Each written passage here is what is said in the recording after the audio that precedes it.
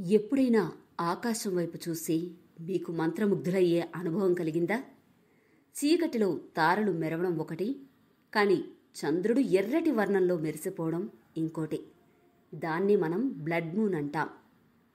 ఇటీవలే సెప్టెంబర్ 7న భారతదేశమంతా ఆ అద్భుత క్షణానికి సాక్ష్యమైంది. చంద్రుడు రక్తవర్ణం దాల్చి కవిత్వంలా ఆకాశంలో నిలిచిపోయాడు. ఎందుకలా జరుగుతుందంటే, చంద్రుడు తన కాంతి ఇవ్వడు, సూర్యుడి వెలుతురే ప్రతిబింబిస్తాడు.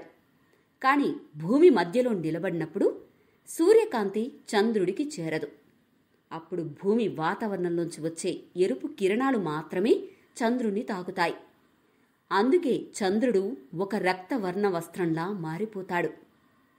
ఇది కేవలం ఖగోళ శాస్త్రం మాత్రమే కాదు, ప్రకృతి వేసే అద్భుత నాటకం కూడా. చరిత్రలో చాలామంది దీన్ని అపశకునమని భయపడ్డారు. కానీ నేడు మనం దీన్ని విశ్వమిచ్చిన ఒక గొప్ప బహుమతిగా చూస్తున్నాం. మరి మళ్ళీ ఎప్పుడు ఈ అద్భుతాన్ని చూడగలమా అని అనుకుంటున్నారా? సమాధానం ఆసక్తికరంగా ఉంటుంది. 2028 డిసెంబర్ 31 న్యూ ఇయర్ నైట్. అప్పటికి మళ్లీ ఆకాశంలో ఎర్రటి దీపంలా చంద్రుడు వెలిగిపోతాడు. అది ఒక ఆకాశ గీతం, ఒక విశ్వ ఉత్సవం. మనం తప్పక